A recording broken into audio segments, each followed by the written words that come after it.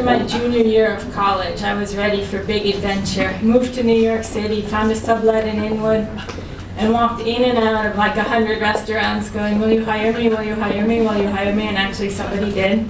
Got a job in an Italian restaurant in Tribeca as the world's shyest bartender. The regulars used to like lean over the bar and try to draw me out. So every night after work, late at night, I'd take the A train up to Inwood, like 200 something blocks. Then I'd walk through these really quiet streets to my building. Some nights that was really creepy, but I actually wasn't afraid because I'd worked out my own protection system. Every night on the A train, I'd spin these stories in my head, different details, but always the same plot, me versus the rapist. And just by my wits and incredible internal strength, I always won. Some nights when I was really pissed off at the world, I'd imagine it like this. I'd just look inside myself and dredge up every bit of anger that I've stored since the womb and hurl it in his face. And in the face of this huge and incredible anger, he'd just run away. Most nights I took the opposite tack, though, and I would just imagine myself being so good, so calm and so kind that nobody could ever hurt me. I didn't have to use the story this summer, but I don't like to waste a good story. So I tried it out in my creative writing class a couple semesters later, and they seemed to like it. 3 summers later, I was living in Norway, waitressing again at a sweatshop of a restaurant. It was a cold, bleak summer with the sky hanging like this far over my head, and just broken up with a boyfriend, just working all the time, trying to save some money to go travel and, find myself or something again. The night it happened, we'd all gone out for one of the waitress's birthdays, and it was like 3 in the morning. We were standing in front of the bar, figuring out how everyone was getting home. Nobody was going my way. I remember one nice guy offered to take me in his cab and loop around and drop me off, and then go, totally other way, then go home. I said, no, it's all right, I'll walk. I always walk. I remember it was a quiet night because I was wearing these new leather shoes, and after wearing Converse high tops for 3 years, I was really proud of these leather shoes and the way they make a sound on the concrete. And I was so proud of them, I'd worn this little mini skirt to show them off. So I walked through the lighted shopping street and up this residential hill. I lived up on the back side of the hill. And at the top of the hill, there was this red brick church with a little park in front of it. And it was surrounded by buildings that looked like houses, but the next day when I went back there, I realized they were university buildings, so they were empty at night. I was crossing this little park when for the first time in my life I understood what people meant when they say time froze, because I still have this millisecond in my mind frozen there, and inside it is one sound of somebody else's shoes behind me running, and one thought: if he grabs me, I'll kick him hard with my new shoes. But it was only a millisecond, because I never got time to turn my head around before there was an arm around my neck and a body pressed up behind me. Every muscle on my body clenched. I just wanted to hurt him, but nothing moved. So I moved to plan B, prideless begging. Please don't hurt me, I said. Please don't hurt me. Please, I'll do what you want. I'll do anything you want. Just don't hurt me. He dragged me closer to some bushes and threw me on the ground and lay down on top of me. And immediately he took one arm and he shoved my face to one side so I never looked at his face. I was looking at the bottom of some shrubs and some branches arching over my head. And with the other hand, he started to tear at my clothes.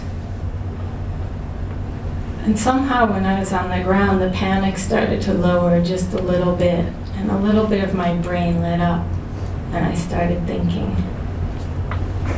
Started in probably the least neurotic moment of my life. I started taking in only essential information and translating it into action.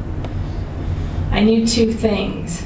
I think he must have said something, though I don't remember what, because I had this idea that he wasn't Norwegian. Maybe he had an American accent. And the other thing I knew is that it was different from the man in the story I wrote. In the story, he had focused, directed violence and rage, but this guy was just all over the place. I couldn't see him, but his movements were jerky and weird, and he just seemed chaotic and kind of desperate. So I started talking in a mixture of English and Norwegian, just trying to find a language that would reach him. And I started to try to cut through the chaos and just calm him down. It's okay, I said, it's okay. It's all right, everything's gonna be all right. I know, believe me, it's okay. I heard something rip, but I still felt covered up. I couldn't see myself or him, just the bush. Luckily, I was wearing this vintage dress. It was thick material with good seams, and I was wearing thick black tights because that's what you wear in a Norwegian summer. What do you want? I said. What do you want? What do you really want? This isn't it. I know this isn't it. Tell me what you want. I have no idea how long I'd been lying there with him, sort of struggling and tugging, and I was completely scared, and I knew that he could do what he wanted, that I still had no power in this situation, but still part of it just started to seem like I'd been there a long time, and started to seem awkward and ridiculous. I'm just not good at this. So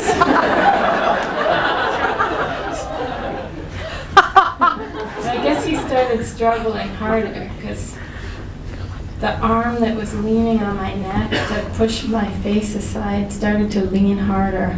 I started to feel like I was choking. Could you please move your arm, I said, because I'm having some trouble breathing and I know you don't really want to hurt me. Then everything changed. He answered me, one word, okay, he said. And he jumped up and I jumped up, and I had this Swiss Army shoulder bag on, and he grabbed one strap and he pulled. And without thinking, I guess I was winning. I grabbed the other strap and pulled, and he let go and he ran. So this would be a good place for the story to end. This is about where it ended when I wrote it down. And unfortunately, it's not where the real story ends. A few weeks later, I was cleaning my house and listening to the radio and the local news. And I heard this 10-second news report. A young woman had been raped in front of the church on the hill by a stocky, blonde-haired foreigner. Same guy. I didn't tell the police. I didn't do what I could have done to protect this woman. And the worst thing is that one of the things I felt when I heard this news report was a little bit of satisfaction.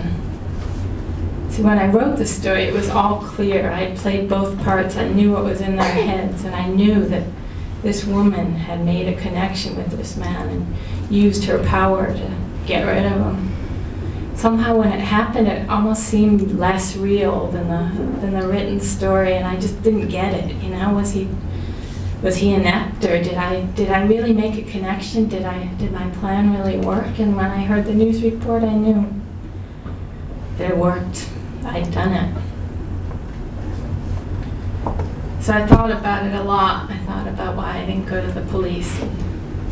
I know at the time I told myself that I hadn't really seen his face and it wouldn't do any good because I couldn't describe him, but that was bullshit.